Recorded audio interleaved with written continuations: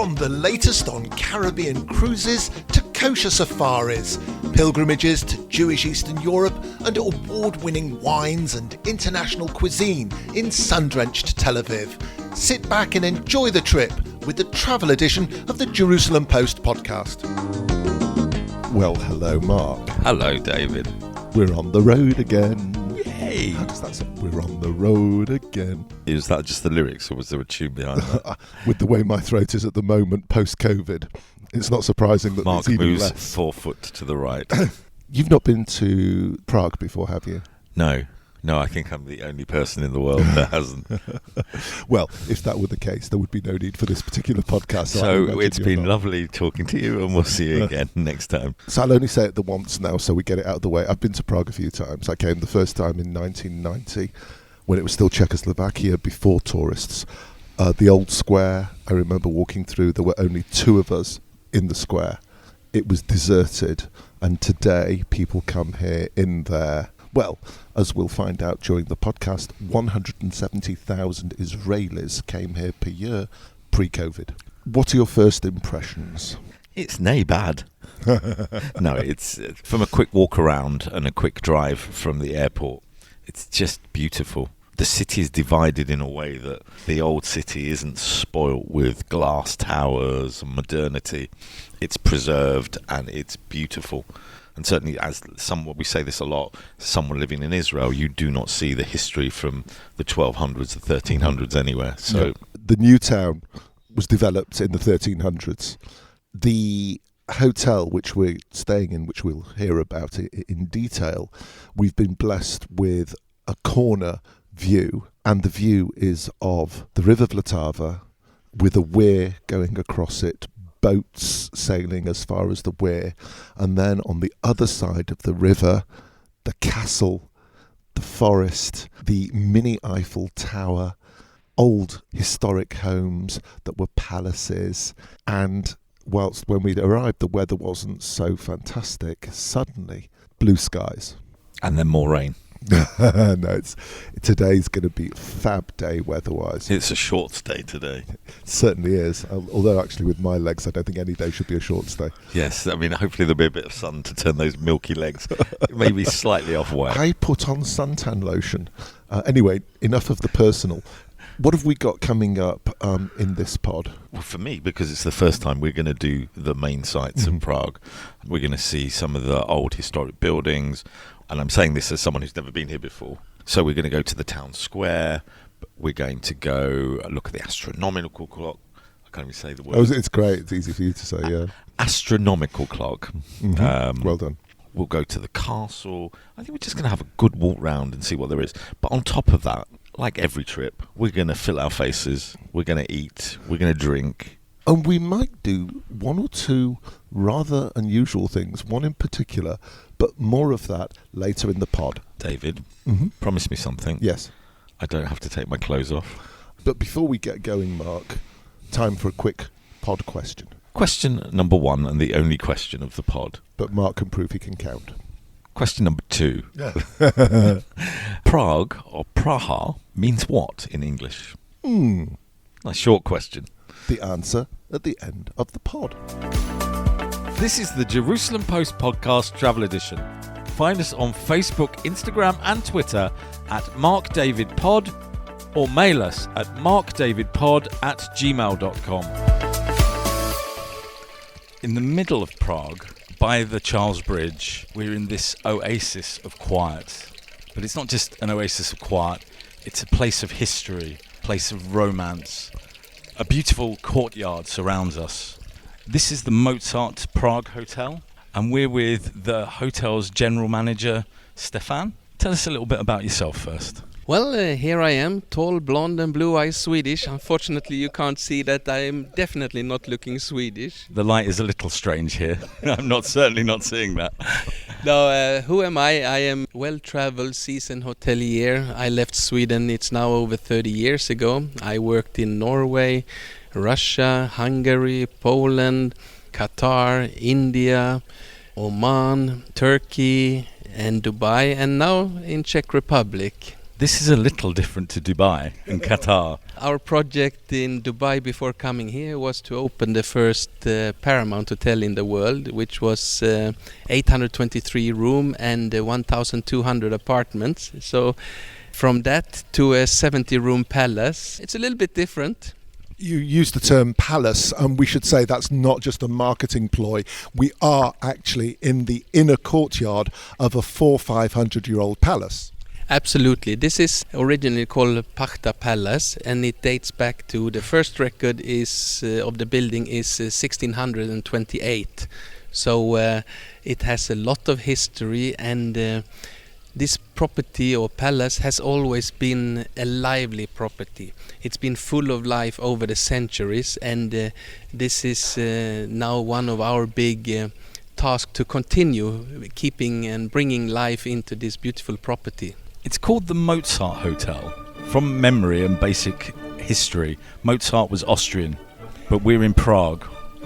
As you might know, Mozart, he might have or when we think of Mozart today, we think of classic, historical, but when you go back over 235 years ago, Mozart, he was not always accepted in Austria. So Mozart, he liked to come to Prague. There is a saying where Mozart is saying, "My Praguers understand me." Because let's face it, Mozart at his time, he was really a rock star. He was a Mick Jagger of his time. Today we look at it as classic, but back then he was enjoying life as well, full of life. But you've not just taken his name, he actually has a connection with this building, and not just him in terms of famous people from the past. So he and his good friend Casanova, if we go back 235 years ago, where we are standing now, this is where the boys were hanging out. And Earl Pachta, who was the owner of the palace, he was a great music lover. And he invited Mozart and Casanova to stay here. Mozart, he enjoyed life here, and the same did Casanova. And Casanova, he wrote the poems, etc. And Earl Pachta's wife, she was also Italian, so there was a great connection there. We have found some nice poems in the Maltese library that dates back to the time where Casanova wrote to Lady Pachta. As beautiful as Venus, as refreshing as the dawn, capable of enchanting thoughts and arousing the admiration of the soul, I present to you a flower that aspires to the honor of decorating your chest, which only there can live happily.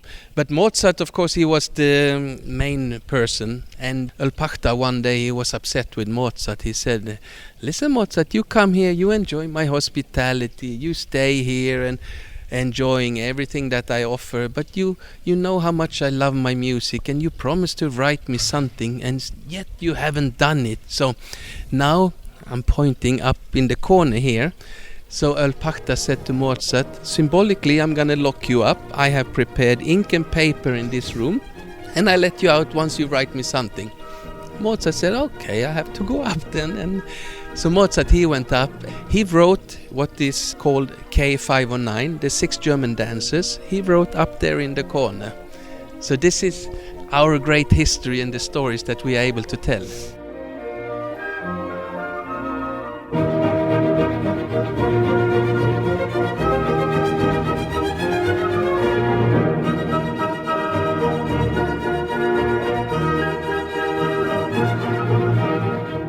So, David, which one of us is Casanova and which one of us is the creative artist?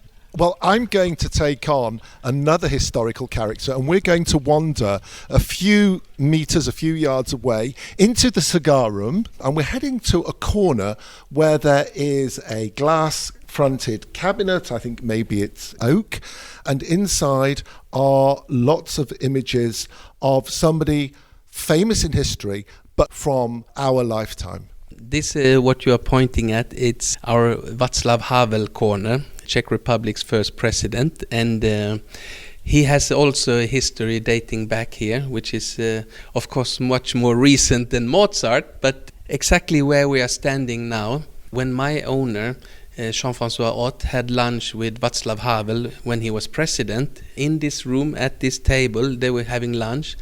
Václav Havel, he said, "Oh, I know this room very well."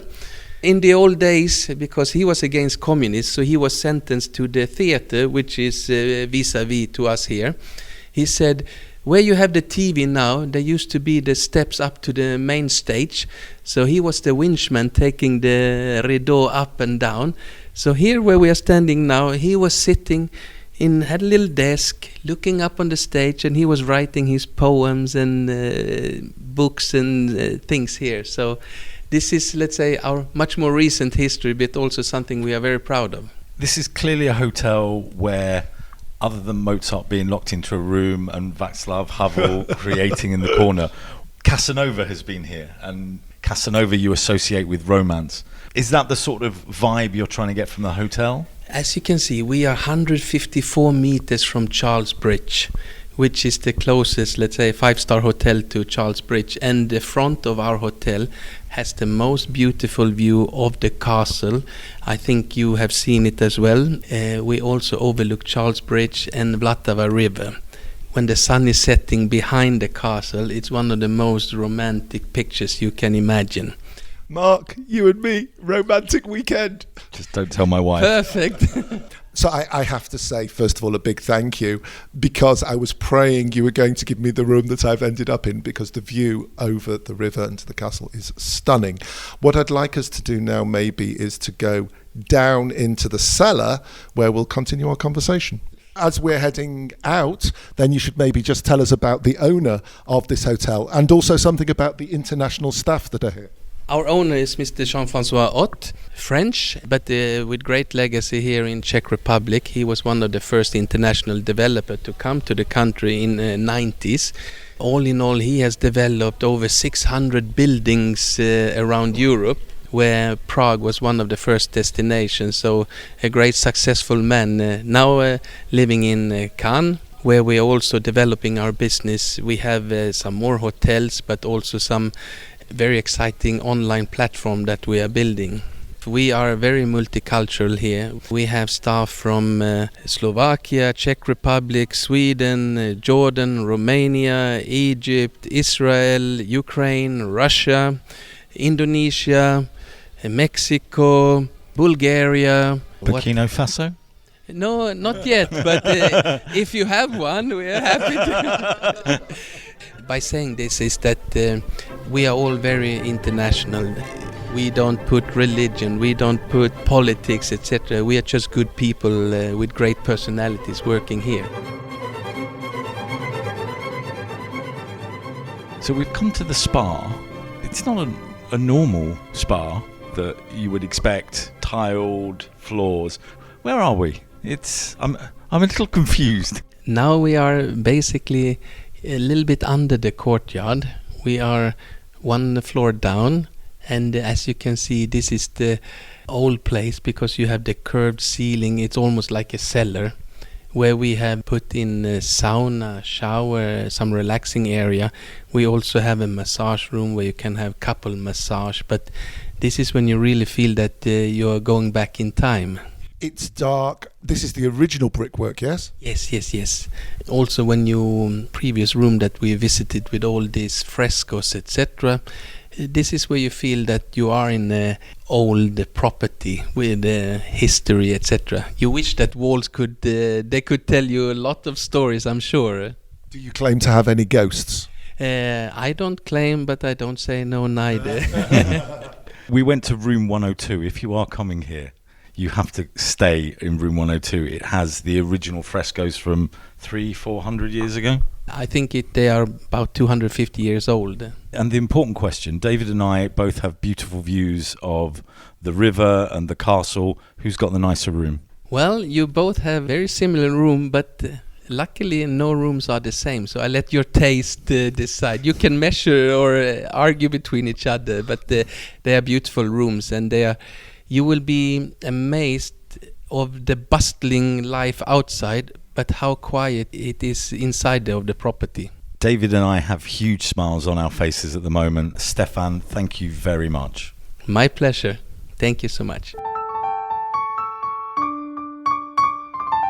The ultimate As they say, the young folk these days, the ultimate in Instagrammable Prague is the Charles Bridge with the castle in the background. The Charles Bridge, named as many other places are throughout this city after Charles IV back in the 1300s. There's also Charles University.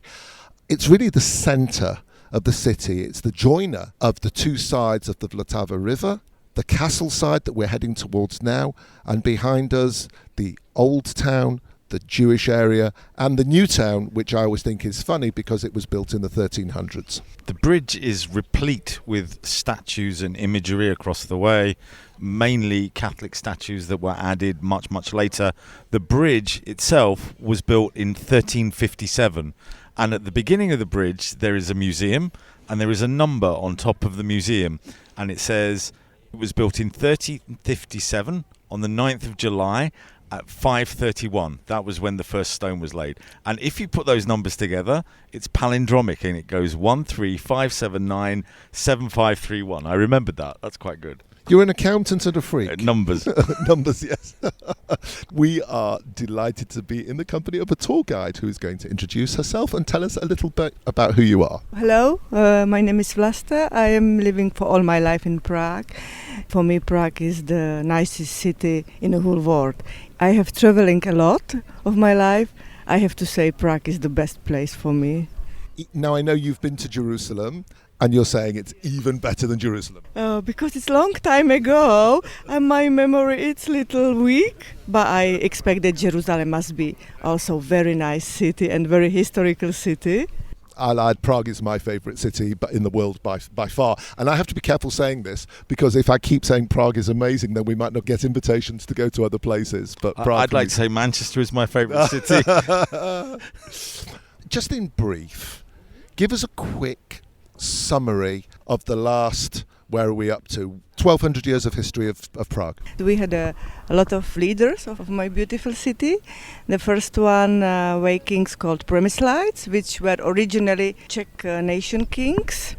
Then we had kings partly from Luxembourg, which is also the Charles IV. His father came from Luxembourg to Prague. Then we had kings from Lithuania and Poland till 1918. And 1918 we finally became independent, and we became called Czechoslovakia on that time. Only till 1939, because then we became part of Nacist world till end of the war. Of course, not because we wanted, but because we were annexed by Nazists. Very soon, 1948, we became part of the Soviet part of the world till 1989, when Velvet Revolution happened, and we became again independent. And till now, we are again Czech Republic, not Czechoslovakia anymore, because January 1st, 1993, we got divorced with Slovaks. So my wife said to me, "You'll love Prague. It's flat." Clearly she never crossed the river into the lesser town, because we have climbed to the top of a very large hill and to the castle. The journey has taken us, once we crossed over the Charles Bridge, we went on to a mini island called Kampa, where we saw, amongst other things, I mean, for me, the older buildings and the sites where Beethoven composed the more significant, but many of you might be familiar with the John Lennon Wall, where we did our Instagram thing. If you want to see those photographs, you can do that via our social media at MarkDavidPod. We've passed many fine cafes along the way, and in the basement of one of them there was a mini golem museum with a model of the golem from a famous 1960s Czech movie as one of the archetypal pictures of the golem. And then we climbed through the streets, through districts that looked like France, that looked like parts of Italy, just beautiful European plazas.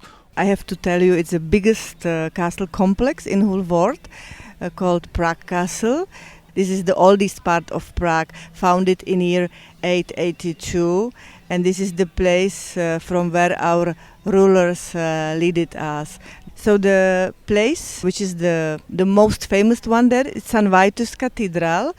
When you go inside, you can see the wonderful reflections by sun via the window to the cathedral, which are really amazing.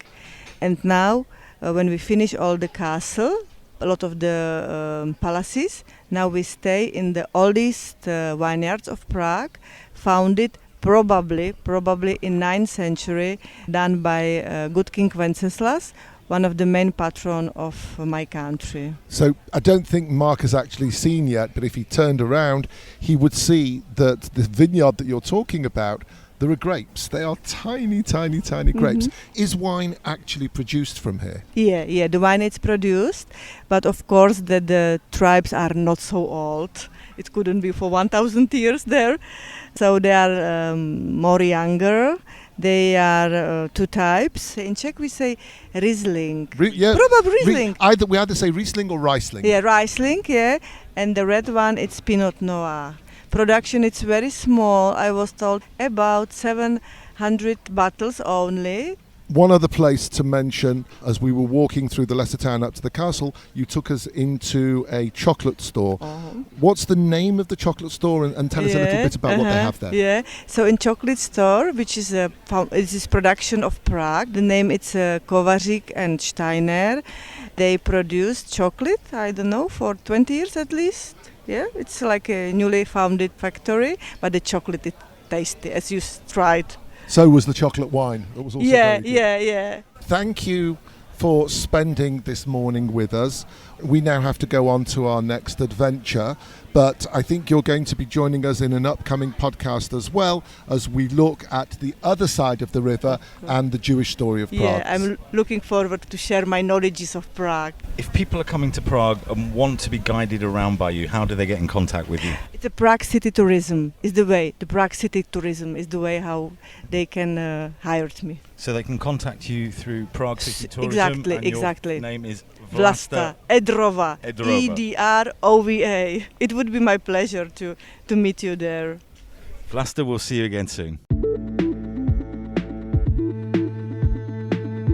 We are at Manifesto Market, which opened about 9 months ago. With us is Martin Barry, who is the founder of Manifesto Market. We've been here for a couple of hours and we've had a great time. But tell our listeners about Manifesto Market. First of all, thanks for listening, and guys, thanks for having me on the show. It's always nice to see friendly faces that are interested to hear what we're doing here. So Manifesto Market, it's a place where you can come, get great food from 14 different restaurants, 2 bars, and have a great time. There's a small pool. We have lots of live bands, lots of entertainment, films, etc. And you'll see lots of interesting people when you come here. You said live entertainment. I think you said you've had over 450 events in the time that you've been open. Describe for us, if you will, the look and the feel of this place. If you're coming in summer, you'll arrive, you'll see an open-air market with restaurants all around. It's built out of what might look like shipping containers, but they've been kind of custom-built containers out of silver metal panels.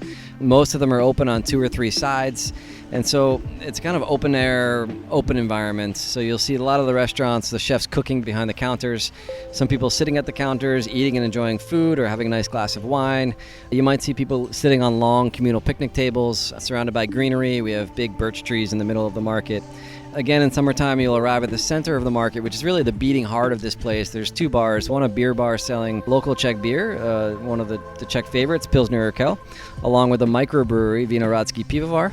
And then next to it is a cocktail bar, which has, I think, wonderfully handmade cocktails with some local flavors, a lot of homemade syrups, all natural ingredients. And then you'll turn around and you'll see a pool. And you'll see people kind of like dipping their feet in the pool, sunbathing. We have a work from the pool policy where we will provide you a kind of shade and free water and things like that, so you can just kind of enjoy yourself, not working from anywhere, but working at Manifesto by the pool. As we walked to where we're standing now, we walked through the venue, and you told us to stop for a second and turn around and look, and a big smile came across your face, and you basically said, look at the pleasure people are getting from here.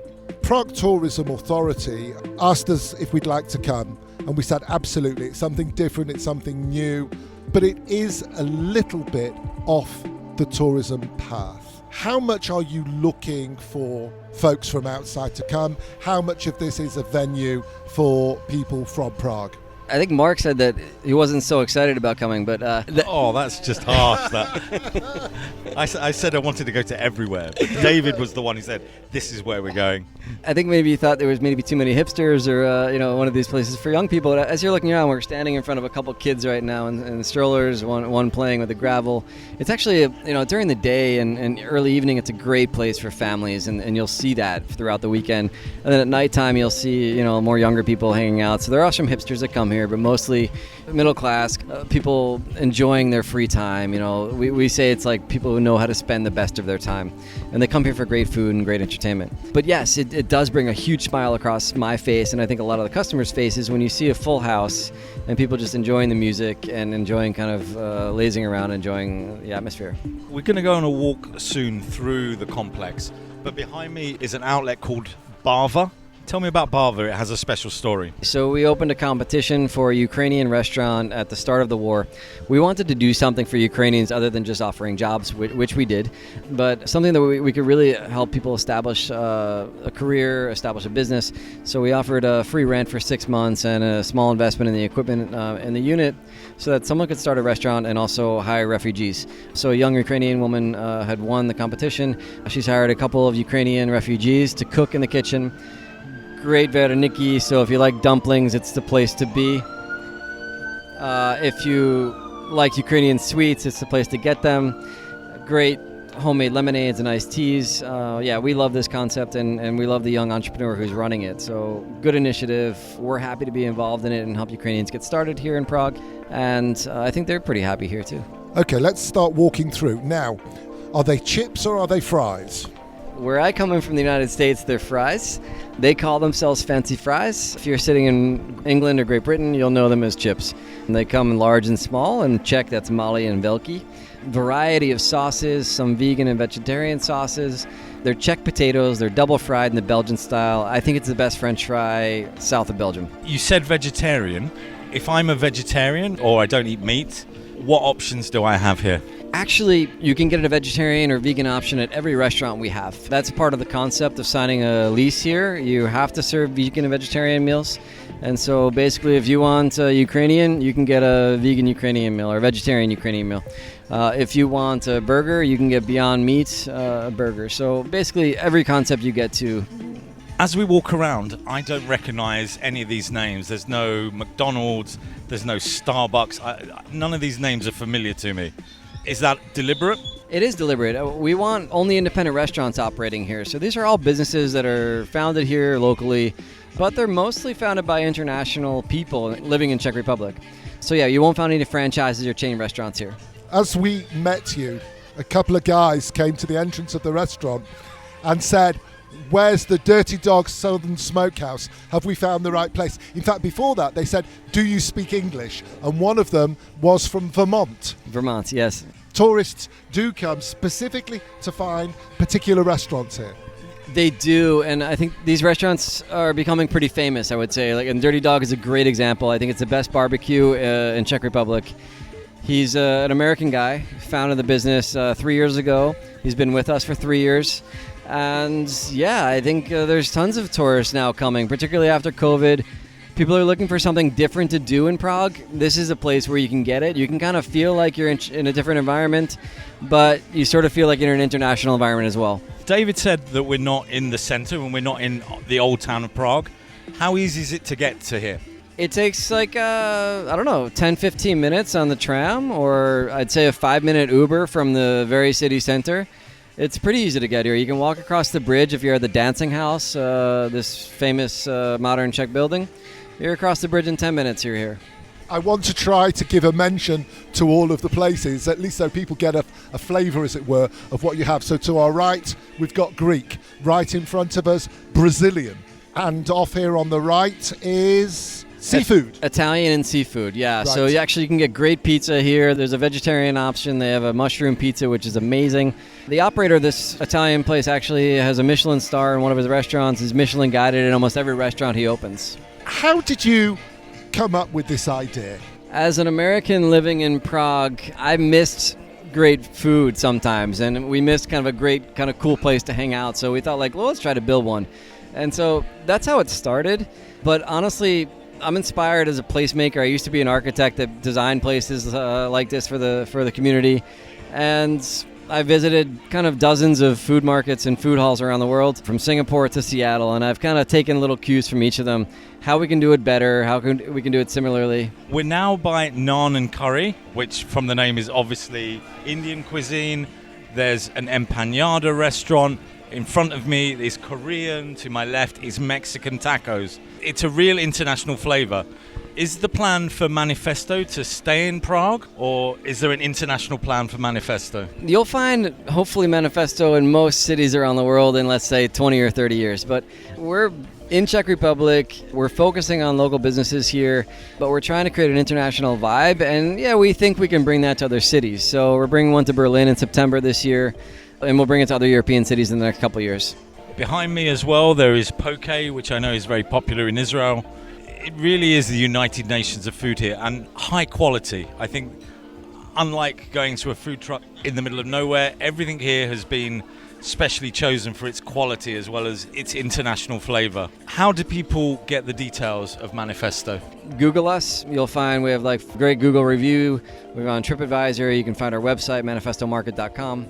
Before we let you go, what's your favourite food? And it's really not fair. What's your favourite dish here?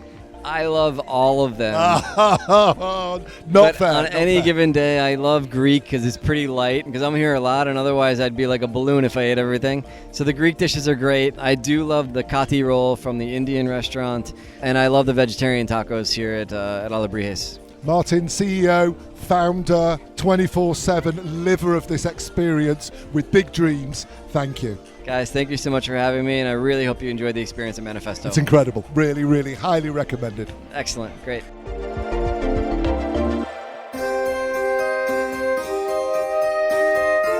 Prague Fact File. Václav Havel Airport, Prague, can be reached directly from New York with Delta, from the UK with British Airways, EasyJet, Ryanair and Jet2, from Paris with Air France and Czech Airlines. There are up to 30 Tel Aviv flights per week available with Arkia, Bluebird, El Al, Israel and Smartwings. Prague railway station is accessed from Airport Terminal 1 using the Airport Express. Buses 100 and 119 link you up with Prague's underground network. A 3-day transport pass costs around 330 koruna or $13.50. Children under 15 and seniors over 65 go free. We stayed at the 5-star Mozart Hotel. Other recommended hotels include the Four Seasons, Hilton, Mandarin Oriental and the Grand Mark. The kosher King David Hotel is located near Prague's main train station. $100 will buy you 2,430 Czech koruna as of July 2022. The climate of Prague is moderately continental, characterised by cold winters with temperatures often below freezing, and mild or pleasantly warm summers. There are 27 Prague restaurants in the Michelin Guide, including 2 with 1 Michelin star. One of those is Field near the Jewish Quarter. Kosher restaurants include Chabad Grill, Umilo Italian, Shelanu Pizzeria, King Solomon and Shalom Restaurant. Of course, most people arriving in the Czech Republic will land in Prague, although many might actually come in by rail or by road and arrive in other parts of the country. Of course, you must see Prague, but there are many, many other beautiful locations, old towns, castles, rivers, spas. To tell us more about what this beautiful country has to offer is Marek Krutel, who is the International Marketing Manager for Czech Tourism. First of all, why should people come to Prague? The city itself has really long history. It's also about a lot of experiences and new places to visit, trendy places, not for history geeks, but also for modernism lovers. It's all about experiences, about gastronomy, about art, about life in the city, seeing the city from the river, seeing it from the streets by walking, not only sitting in a car. I imagine that many of the people who come to the Czech Republic arrive in Prague, see the city, are absolutely blown away, and then go back to their countries. I'm assuming that's something you'd like to change. Of course, Prague is a must. No one will change the perception of the Czech Republic without Prague. It's the capital, it's the entrance, and it's the landing gate for the country. But of course, for us it's really important to say there is a lot of places beyond Prague, to explore the countryside, explore the places which are not that close to Prague, let's say, to experience the whole country, because even though the country is, let's say, small, but it offers a lot of things to experience. Give us some examples of the type of things.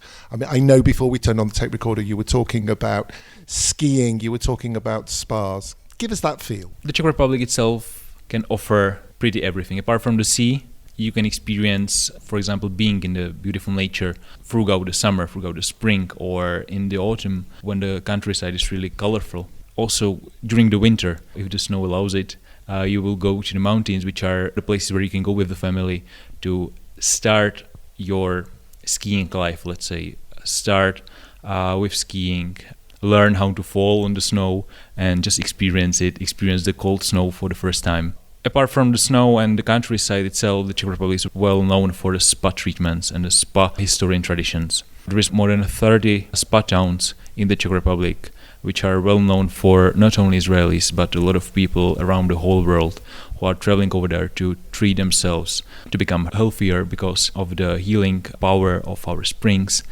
This is all connected not only with the springs, but also with the countryside and with the fresh air. Is the Czech Republic easily accessible from the US, from Israel, from the rest of Europe? Are there good transport links? As the Czech Republic is in the very central part of Europe, it's really easily accessible from neighboring countries. It means from Germany, from Poland, Slovakia and Austria. Also, a lot of people from other European countries can come really easily because there is a lot of direct flights from European countries on a daily basis.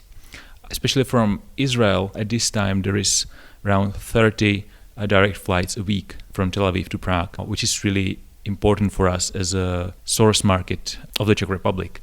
Important for us is as well the US, which before the COVID, there were several direct flights from several airports across the country. Right now, they are relaunching again, so we are relaunching it slowly. So we have the first flight with Delta, but hopefully there will be more and more coming. Just to emphasize what you were saying, before COVID, you had 170,000 people coming a year from Israel, which is a tremendous amount from such a small country. Marek from Czech Tourism, thank you so much for coming on the show. Thank you so much for inviting me. Mark, David, you know how we always do something a bit different on our trips, and sometimes they're rather discomforting. yes, Can you not take off your underpants just yet, please? I have no intention of taking off clothing in front of you this time. I promise I'll look the other way. That noise that just came up in the background is what we're about to dip ourselves in. How's the smell? It smells like rotten beer. Guess what? What? It is, well, it's not rotten, it is beer. We are in one of 3 venues of the original beer spa, which is beerspa.com, and we are about to dip our entire bodies in beer. The room contains 2 wooden baths, big baths. On the right-hand side, there is a bed with straw on it. Wheat. Is it wheat? It is wheat, I believe. That looks like straw. Apparently it's wheat because it's something to do with the ingredients of beer. I'm not eating it. So the therapeutic value apparently of beer comes replete with the 2 baths that look like casks, beer taps with as much beer as we want to drink, Krusovice light or dark beer, and beer bread. We will dip ourselves in and tell you how it goes afterwards. And I must stress at this point, we are going into 2 separate beer baths. And I've got my swimming trunks.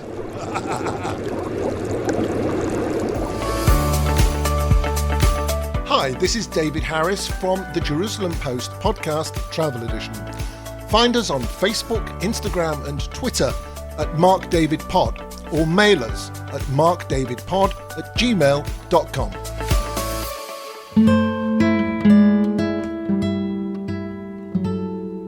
Looking at the baths now, the beer baths, they've gone black. So I'm not sure if that's a chemical process with the beer, or just we have built up a lot of sweat and dirt today while walking around Prague. Coughing in the background is David, lying on a straw bed, I think we now agree. How is the straw, Mr. Harris? So it's only a thin layer of straw and it's on a fairly hard surface. It's phenomenally comfortable. I don't know what the healing properties are of straw, but remember, people 400-500 years ago would have slept on straw beds themselves. As do pigs and horses now. I would argue that it was probably a good stout that we were bathing in rather than our own dirt. The place is beautifully clean. It's very private. There's a shower area for you. There are cupboards to change your clothes, put them away. This place, as I said, has 3 venues. The one we're in is about 2-3 minute walk from the Old Town Square. And if you're looking for something relaxing to do on your own, perhaps as a couple, because each of these vats has room for 2 people to sit in, or as a group, highly recommended. It's a 3 or 4 minute walk unless you put me in charge of the navigation, and then it can be a 10 to 15 minutes walk. It's at Rybna 653. The numbering system is very interesting here because buildings have 2 numbers, but it's number 650. You go down the stairs, you come into this lovely little chamber. It's originalbeerspa.com.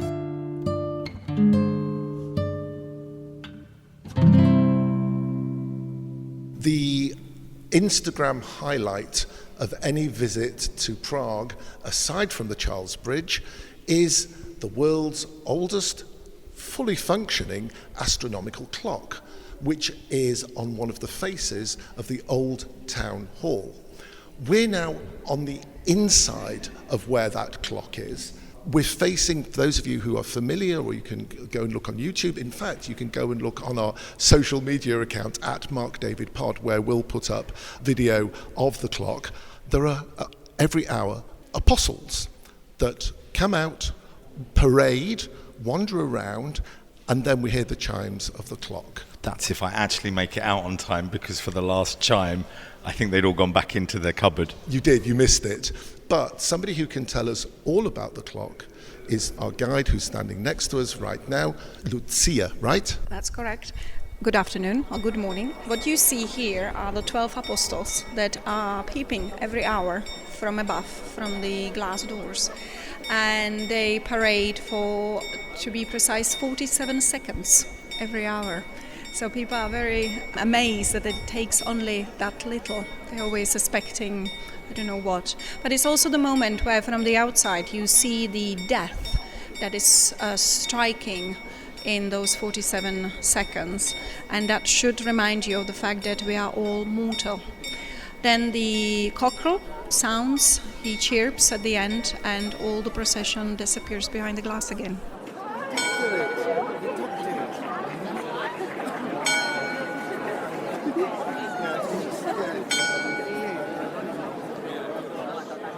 We've moved to a really enormous room, big chamber. It's mainly space. There are some chairs at the back and 2 gigantic paintings on either side. Can you tell us a little bit about this room, the history, and the 2 paintings that we see? Well, we moved into Assembly Hall. You will find it in a 3rd house of the South Wing that you can actually tour.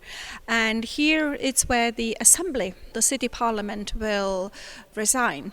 That's where the session will take time. An enormous space is also because you have the height here for the balcony that you see in front of you for the public. And this hall, it's still today the most important room of the town hall. This is where anyone of importance being invited by the city comes on a visit. This is where they will be greeted and met by the mayor. That's where you see all the journalists will be. If they're invited, they will be here. This is where the guest book will be signed, where the hands would be shaken, the photography would take place. Now, the room, it's from 1912. It's the Viennese Art Nouveau style. And those 2 paintings that you mentioned are from Mr. Brožík, which is a prominent painter who worked not just here in the Czech of then Austrian monarchy, but also in Paris. He was teaching at the academy there. He painted each of this painting for a year. The painting, it's 5 by 7 meters and weighs 600 kilos each. Wow. So that's what you call a weighty art. You must have had a very big easel. It would probably be one of those where you had the movable chair, that you will have like a scaffold to move around. So both of these paintings are depicting things that happened in the 1400s. We're talking about very early Reformation in Christianity in Europe. The hero of one of the images, and on the other side are his followers. That hero is a national hero for the Czechs, Jan Hus. Tell us a little bit about him. Well, Mistr, that's what we call him here. It's Mistr Jan Hus. It's like if you say master, Mistr Jan Hus. He was born in South Bohemia. He was a clever chap from early age, so he would be given the privilege to attend school, and then he came to Prague, where there was a university, newly established university by Charles IV in 1348, and he came here in they believe about 1380s. Now, he would be studying here. He attended the theology faculty, and when he completed with his bachelor degree, he would be ornated into priesthood. And as a priest and a preacher, he would be working in a nearby chapel that it's known as the Bethlehem Chapel. It's a very famous one. Now, Mr. Hus, we can think of him as the reformative thinker rather than the reformer himself. He follows the teachings that he been fortunate enough to get hold of John Wycliffe, who comes from Scotland. But Mr. Hus was not afraid to actually pick it up and run with it, as we say. Now, he, being a theologist and a scholar, philosopher, he really knew what he was talking about, and he was the one who criticized aloud the church of its days. He was a Catholic, because there was none other, but he criticized the fact that the church had become very corrupted and also fighted within each other and split into two parts. You had a pope in Vatican and the other in Avignon. Hus was of idea that church should go back to its times. It should turn back to the times of Jesus Christ and the apostles, should go back to the purity, should be really there for the Christians to navigate them and help them to go through their lives into the afterlife, because that's the most important thing for Christian, is the afterlife, is where you get to. But if you are a sinner yourself, how can you do that? If you were rich, every day sinning was not a problem for you, because you could go and basically put monies in a coffer and you will be given a little piece of note that says that you are forgiven. And this all Hus was opposing to. He gained a big popularity, and by 1410, majority of Bohemia was on his side, and that's dangerous. And what you see here in this picture, it's the moment where he is pronounced a heretic. That is his end of journey, where he is being stripped of the priesthood. As a heretic, he will be then after taken outside to the river, and there he will be burned on a stick, alive to be precise.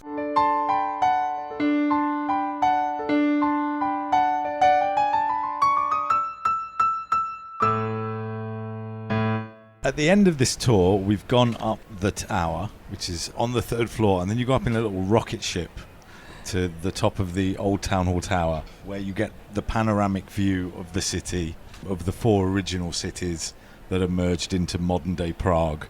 We've had a delightful time in the cellars, hearing about execution, defenestration, death, crime, and the foundations of the town hall.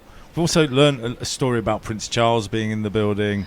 We've learnt about tulips, about the golem, and I've still not been allowed to sit in the chair in the assembly room after 3 attempts. Lucia, tell us about this tower. Well, this is a Gothic tower. that belonged to the house that the council had purchased in 1338, and 50 years later they wanted to not just adding the clock, but they wanted to have the tallest tower, of course, because they were the municipality, and so they built it to its 70 meters that it has today. It's been slightly repaired. The roof, it's a little bit of the 19th century. Recently, it's been completely cleaned and it has new tiling of slate from Spain, I believe it came. The Welsh one is too expensive. It was always here to protect. You would have person who would live here. He would have his flat up here, and his duty was to look out for dangers, being it either armies if they were moving towards the city, but also being within the city, with the bustling city, he was looking after away and for smoke, for example. So in case, God forbid, the fire started somewhere, he would raise an alarm to prevent and stop the fire to spread further. And he would also be the one who would recognize the hour and the night. So you will hear every hour there would be a trumpet that would sound from up here for people to know exactly what time of night they are in. From here, the view obviously is magnificent. That's one of the reasons we have towers, and certainly why we modernise them to allow members of the public to come up and look around. But from here, you pointed off into the distance to a rather less attractive part of the town, if you don't mind me saying, and said, that's where I grew up. Several people that we've talked to over the couple of days that we've been here said the same thing when we said, where are you from, or are you from Prague? And they say, yes, I'm born in Prague, I've lived here all my life, and I'm fiercely proud of being from this place.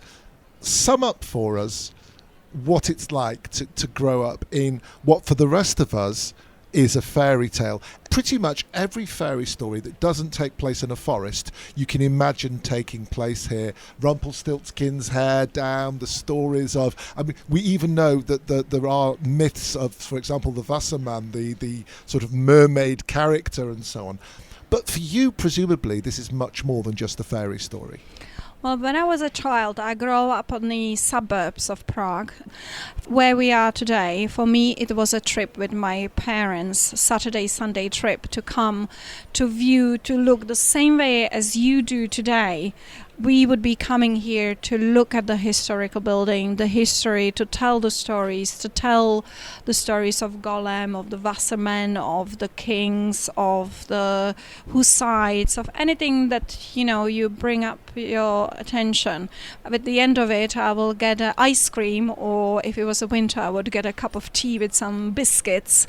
But for me, it was like for anyone down below here, it was a trip to a beautiful place.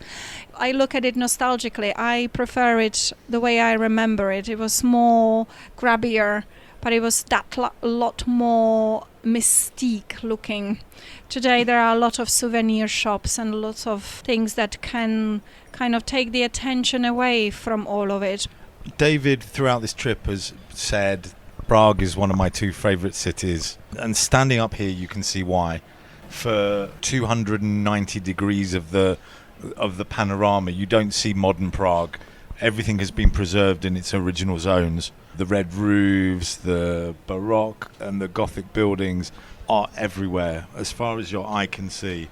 Unlike when you go to a lot of European cities where they have an old town square and small areas that have been preserved, this is a whole preserved city. How, if any of our listeners want to come on a tour of the town hall and beyond, do they get in contact with you? Well, we have a website, the Prague City Tour, where you can basically view the opening hours. We are open every day from 9 to 9. That is excluding Monday. Monday we start at 11. But we provide the tours where for the price of the ticket, which would be your interiors and your tower visit. If you book the tour guide like myself will walk you through the interiors, walk you through with the story, show you, take you down to the underground. There you can't get without the tour guide for safety reason. And that's how you really find us. You just walk in. Thank you very much. Thank you for having me, and I hope you enjoy your time. David, Mark. there's something about fine dining where the service is beyond brilliant. When you take a break from dining to record and leave your dinner alone for 10 seconds, there will be 3 waiters there to make sure you're all right. The experience of chicken soup and canadles is wonderful. It's the type of thing that we as Ashkenazi Jews have grown up on. It's comfort food, it's soul food, but there is something of a difference. In fact, let's just hear from our waiter. I do apologize to interrupt, gentlemen. Let me introduce you a second amizbush. We are serving it's actually finger food, so no cutlery needed. Crispy cup from bear butter stuffed with marinated cucumber. There's also pea puree, fresh creme fraiche, begonia flour, and afila. If I can recommend, try to eat it all at once because it's fragile. Enjoy. Thank you. Thank you so much. So you Where were were saying, you grow up in a Jewish Ashkenazi home and there's a certain type of food. So Friday night it's chicken soup, it's maybe with canadles or noodles or both. Then it's going to be chicken with Helzel stuffing, it used to be, roast potatoes, a couple of veg, Lokshan pudding for dessert, a noodle pudding. And that was your meal. And then maybe, you know, on a Shabbat morning, Saturday morning, there'd be a bit of gefilte fish, maybe some herring, and so on. Comfort food, but very old-fashioned. Eastern European cooking. Largely not strong flavours. So here we are in Eastern Europe, in the Czech Republic, in Prague. We're doing something slightly different from chicken and Helzel stuffing. We've come to the Field Restaurant, a 1 Michelin-starred restaurant, which is the brainchild of the Czech Republic's TV personality, the main TV chef. He's a gentleman called Radek Kasparek, and we are going to spend the evening trying the vegetarian degustation menu, and we'll keep you updated as we go along. But it is a sight. It's not a sight for sore eyes. It's a sight to behold. My eyes are just looking and in love with some of the food. So, as you heard, the waiter, we need to actually go back and listen to what the waiter presented to us, but it looks absolutely stunningly presented. I did hear that there was cucumber in it, there were flowers in it, we can see there are fresh herbs on the top. We do have the menu, so we could read but we're through on the it. amuse-bouche. Yeah, we're not there So yet. we get 3 amuse-bouche just to whet our appetite before the 6 or 7 courses. I just want to say I've never in my life liked sauerkraut, which is typical Eastern European food, but sauerkraut salt in a butter on is potato bread. Absolutely phenomenal. Anyway, let's try this dish. We've got to put it in our mouths in one go. Bon appetit, we'll tell you how it tastes, and then we're going to get on with our food.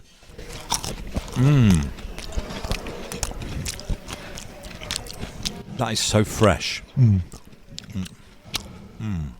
You're going to have to explain the taste because I was too busy crunching it for the microphone. Imagine the freshest cucumber that you can with some herbs. There was a lovely little flower on top. It just tasted like the freshest salad that you could find. We hope we've made your mouth water. We hope you're intensely jealous. The place is the Field Restaurant, right next door to the old Jewish quarter, right in the heart of Prague. Oh, Mark.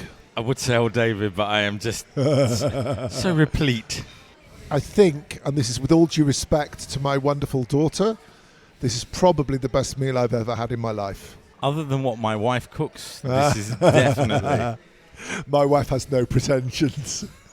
I'm the cook in the house. Actually, my daughter is phenomenal and I think could thrive in a kitchen that must be behind the scenes here at Field in Prague.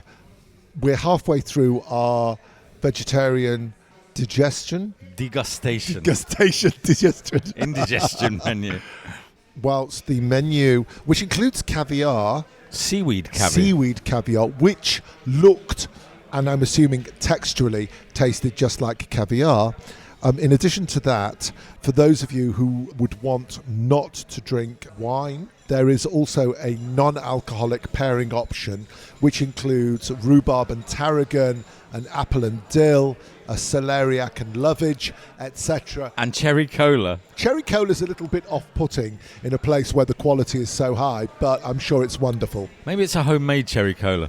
While we've been talking here, another table has been rolled up, and I think we're about to be entertained again. If there was one complaint, and Mark, you've mentioned it, it's maybe too quick, too much. When you end up with 10 courses, 3 amuse-bouche, I can see someone's dinner being set alight behind us. A lot of this is show as well. It's not just the tastes, which are amazing, but the presentation. Our last dish, which was a tofu relish with black garlic and potato, came with, was it liquid nitrogen or another way of showing London fog of the Victorian era? In a bowl built inside the glass, just full of twigs to give that a fire nest. feel. Yeah, it's absolutely stunning. We'll do one more sort of quick report at the end, but meantime. Oh yes. I'm not sure if this bit is edible. What the heck is that? I don't know. It looks like a toadstool. A pacifier or a dummy. When was the last time you went to a restaurant and they bought you a picnic basket about 8 courses in? It's so bizarre because if someone years ago would have said to you, you're going to a restaurant and we're going to give you a picnic basket, you would be sort of insulted or say, I want my food on a plate. We've been presented with a 3-layer box. A set of drawers. About 12 inches by 9 inches. The top part, if one opens it, or on top I should say, were a couple of pretzels. And then inside there is a non-alcoholic drink. Shame. Which is from blackcurrant. There's some more vegetarian caviar. This time it's pink. Some onion butter, a bonbon, some sheep's cheese. And each layer of the picnic basket, there's a drawer that opens up, and it's more and more magical. And just underneath the items of food that have been presented in their own beautiful casing, there is also a bed that has been provided for the food to nestle in. It's definitely not chicken with Hell's stuffing. I suspect I've already said this, but this is the best meal I've ever had in my life. Sorry, Talia. That's my daughter. We are serving a little refreshment, gentlemen. It's basically a cherry granita together with sorbet from wild roses. On the top, dried rose petals. And on side with it, we are serving a homemade cotton candy, which is powdered with cherry powder. Basically a little trip back to the childhood for you. One of the most underrated films, in my opinion, and also in my opinion, one of the greatest films ever made, is Monty Python's Meaning of Life. There is a scene in which a guest in a restaurant, Mr. Creosote says, I couldn't eat another thing, I'm absolutely stuffed. He puts it in crude terms. I'm going to put it in polite terms. I've had elegant sufficiency. I've had ample bountitude. The food has been magnificent. It has been delicious. And I've had the wonderful company of Mr. Mark Gordon. But could you manage one more wafer thin mint? I couldn't have another thing. I'm absolutely stuffed. A field has been delightful, tasty, not just food, but an element of theatre to it as well. Absolutely. The fog that was really, I think, liquid nitrogen that surrounded one of the dishes. The candy floss that was served with dessert. When have you ever had candy floss in an extremely good restaurant? A picnic box on course number 8. All we can say is the field is 1,000-fold recommended. Absolutely. Prague, I've only just got here. You haven't seen anything yet? I haven't really. I've seen the walk here was magnificent. We went past 3 or 4 synagogues. I got a feel for Prague and its history, but this is modern Prague. Next time, walk into a synagogue on your way to dinner. Pray for your food. Amen. David, you've had some ideas in your time, but this is one of the worst. We're standing by a fountain that's spraying all up my legs. Well, I said we need to get sound effects to make people realise we're actually here. We're in Wenceslas Square, which really should be called Wenceslas Rectangle. we're drawing to a close our time here. We've dined in some incredible places. We've met some wonderful people. Some of the sights that we have seen, new and of course historic, have been amazing. We have some thank yous to do. Yes, thank you to Prague Municipality for this water fountain that is trickling up my leg. It's lovely on a hot day like this. Big thank you to Stefan, Ivo, Alan, Yatsira and Adnan from the Mozart Prague, our guides Vlasta and Lucia, Martin and Holly for entertaining us at Manifesto Market, to all the team at Field Restaurant, and to Marek at Czech Tourism and Camilla at Prague City Tourism. You do enjoy doing all the thank yous, don't you? Pleasure. It's been a fantastic trip. Before we go, quiz question, Mark. The question was, where does the name Prague come from? Prague. Czechoslovakia, correct. Yeah. But what does it mean? Well, I know, but I would never have guessed. Prague allegedly means a ford or a rapid, referring to the flow of the river Vlatava, which runs through the centre of Prague. Right opposite our lovely hotel, of course. It was. We had great views. That's where the weir is. No, we're here in Wenceslas. Oh, dearie me. We've got to stop at that point. Folks, it's been a lot of fun. Mark wants to say something else. I want to say, if you've enjoyed this podcast, make sure you listen to all our other podcasts. We've been to 30 or 40 locations now. Enjoy them. Get some ideas. Give us some feedback. Especially give us 5 stars on your podcast provider. Send us an email. Look at our social media at MarkDavidPod. He is very needy, isn't he? Goodbye from Prague. Love me, please.